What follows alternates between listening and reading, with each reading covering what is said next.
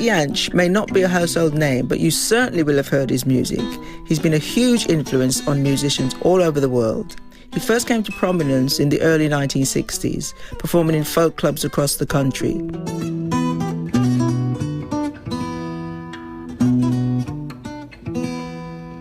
What makes Bert's guitar playing remarkable is his virtuoso finger-picking and string-bending techniques.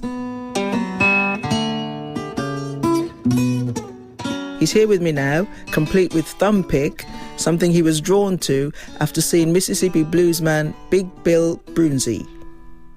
When I was 15 or 16, there was a Scottish television programme called This Wonderful World, and one of them was a film of Big Bill Broonzy playing in Paris. And that's one reason why I got well into the guitar, was watching this film. And it was a black and white picture, but the one thing that stood out in the whole picture was that he was wearing a white thumb pick, and he used to play the bass strings just to keep the rhythm.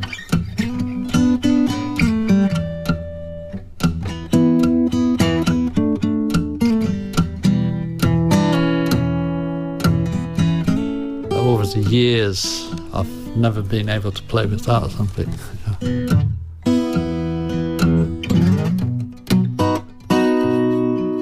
You bend backwards quite a lot, right? It gives it a very mournful sound, doesn't it? The bending that way sound. The other way is kind of sweet.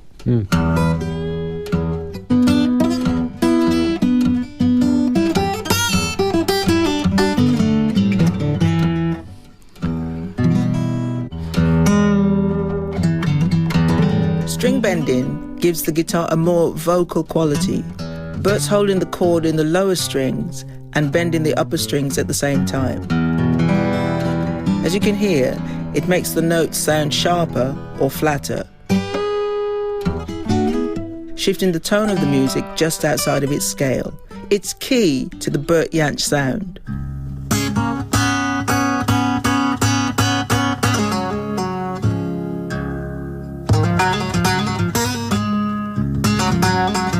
Mark Ellen, editor of Word magazine, has followed Bert for many years.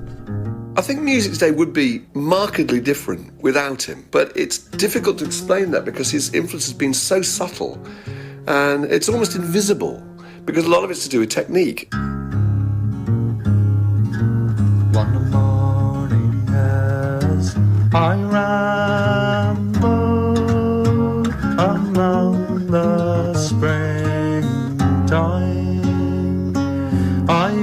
Johnny Marr, Bernard Butler, Jimmy Page, and Nick Drake, and Ian Anderson, and Donovan, and even Neil Young, you can hear this wonderful, very pretty, very ornate, very embroidered style in their music. And that gives rock music a completely different tenor, I think.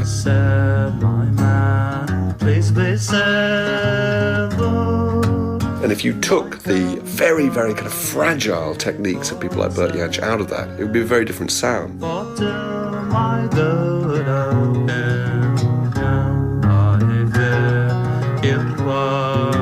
So who influenced you in your guitar playing? It all stems from a teacher in my primary school bringing in a classical guitar, and that was the first time I'd ever actually seen one and touched one.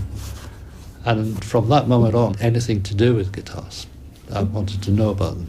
So by the time I was 10, I was trying to make one. That was going to be my next question. Have you ever made a guitar? Well, I could play D on it. The strings were so high, they were about that, you know. I went to a folk club in Edinburgh when I was 15, and the first person I ever saw play was Hamish Imlach, a Scottish folk singer, and he played like a picking style. Well, goodbye, boo, forevermore. At the heart of the Edinburgh folk scene was the Howff, dank and derelict, until club manager Roy Guest turned it around, and it became a vibrant hub for folk music and good company.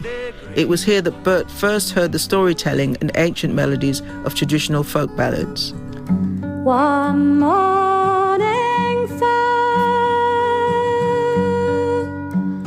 to take the air,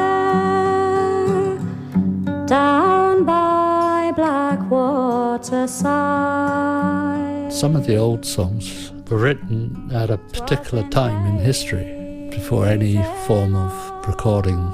That's what we call a ballad, because they'd always be about historical things that happened in those times. The songs in themselves were actually standard melodies. They're the very basics of music, in a sense that we know. They just adapted the tunes to fit the words. All through the far part of the night. Bert's friend Anne Briggs is singing Black Waterside, one of those great songs that's been preserved by being shared. Bert took it on, creating his own arrangement. Bert's extraordinary style of guitar playing inspired the young Jimmy Page, and Bert's Black Waterside would find its way into Led Zeppelin's repertoire, renamed Black Mountainside.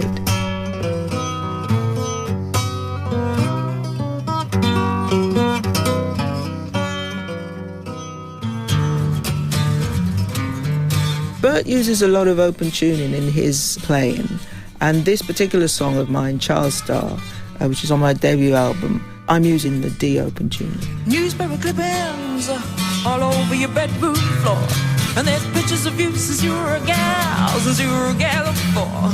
You're a child star. And I'm playing a Yamaha acoustic guitar just like Bert's, with no hand on the guitar at all, and you hit the strings, you'll instantly have a chord because you've tuned it to a chord, so you've instantly got great music. And then when you start to play, you get very different sounds, again because it's open, so you get nice clashes sometimes, nice discords. Been such a long time, baby, since you were knee-high, and you're much too old for pampering. Bert has a talent not only for playing, he's a teacher as well. It's something he's done since he was a teenager. These days, getting a place on a Bert Jansch course is an experience that guitarists at all levels really value and cherish.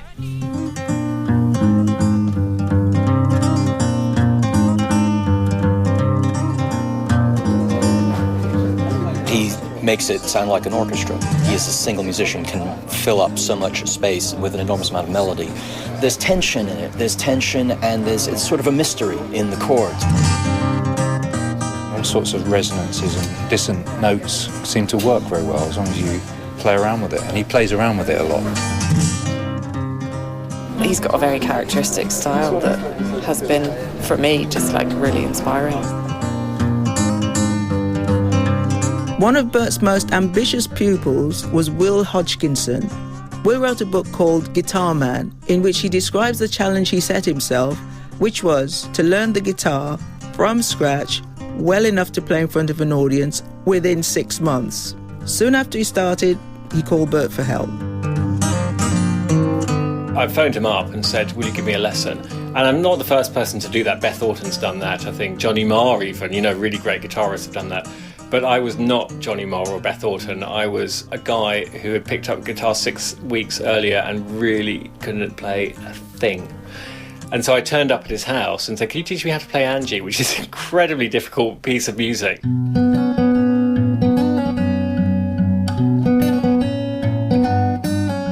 And I think he was probably too polite to say anything, but I think he was quite amazed at just how inept I was at the guitar.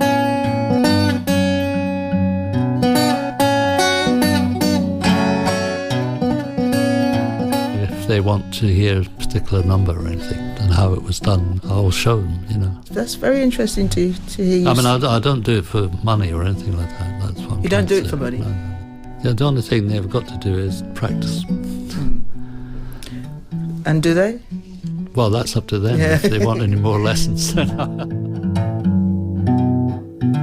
To his credit, he stuck with me, and he was really, really gracious. A bit grumpy sometimes when I got it wrong. Quite often grumpy, actually, but super nice. I finally cracked this song called Angie, and I was really pleased with myself, and I'd set this goal to do a gig 6 months after picking up the guitar. So anyway, I went over to his flat, picked up the guitar and said, check this out. Started playing Angie, and he chuckled and said, okay, we've got quite a lot of work to do. Bert hasn't only been a solo player, he helped to form the group Pentangle. Unlike his solo work of self-contained, considered short songs, Pentangle was much more improvisational. Mark Ellen. I can remember hearing about the formation of Pentangle being absolutely thrilled, because Terry Cox and Danny Thompson were pretty much known more from the jazz world as much as the folk world.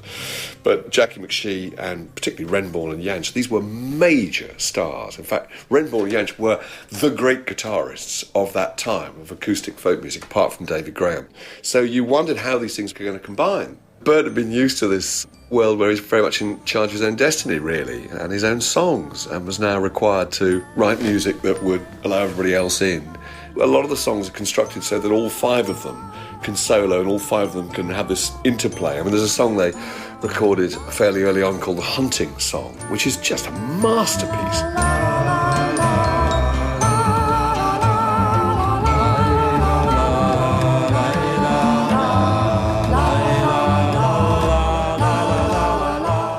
I find it very difficult to fit in with a band unless the band's tailored, like Pentangle was tailored.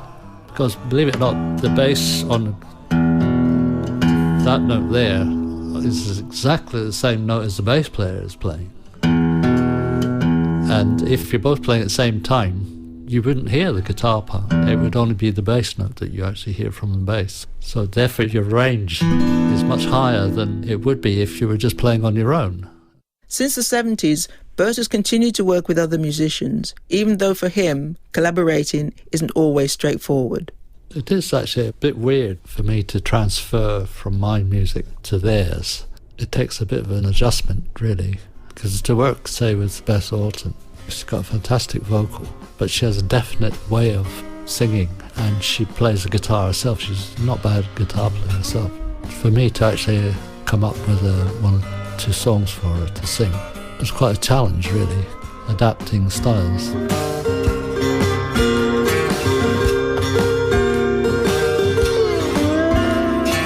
Sweetheart, a child, you see I'm drowning, going down for that third and last time.